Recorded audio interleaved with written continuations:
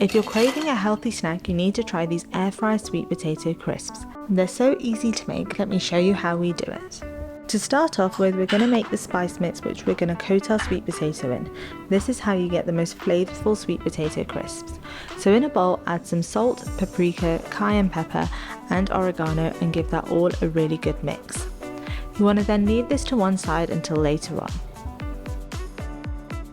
For the crisp, we're going to slice our sweet potato. We've used about 3 small sweet potatoes and you can either leave the skin on or peel it off.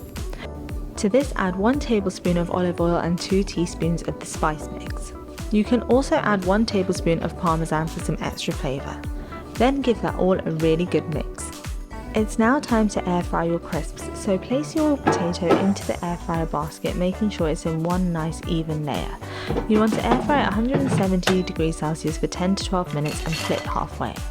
And there you have it, the perfect air fry sweet potato crisps.